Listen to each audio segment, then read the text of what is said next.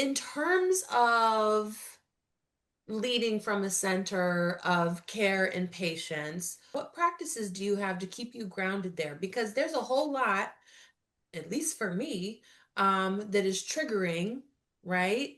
Mhm. Um, and so there are practices I have to keep me in a loving place, loving the people, not being angry at people, right? That keeps me patient towards the progress that I want. But I'm curious, what do you do or practice? Yeah, for me, I do a lot of meditation, just for myself, just to keep myself grounded. I also just practice reflection. And I think, the love that you give outwardly is also built in the love for yourself.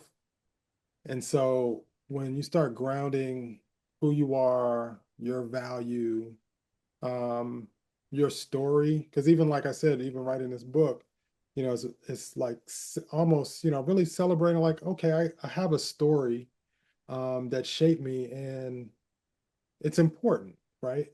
And then when you center that, you see the highs, you celebrate the highs of the things that have you've accomplished, you understand the things that you've struggled with.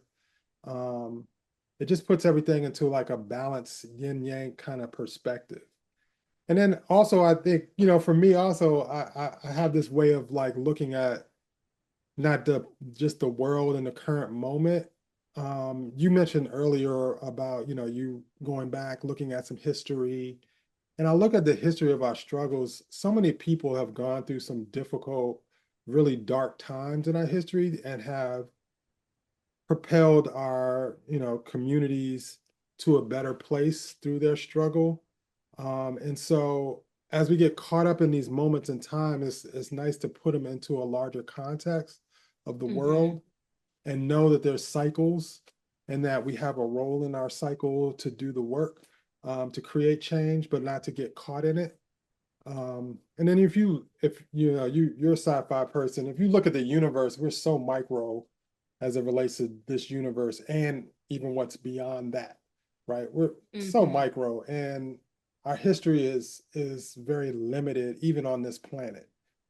And so when you look at it from that perspective, it lets you like, okay, let me not overthink this. Let me not overly stress about this because the stress doesn't allow me to be the best I am. And then lastly, I'll say I try to always continue to focus on what the North Star is. What are we trying to accomplish? Right? What is our vision for the world that we want to see? And are my actions now? Is my stress? Is my anxiety? Is my kind of just running into the fire?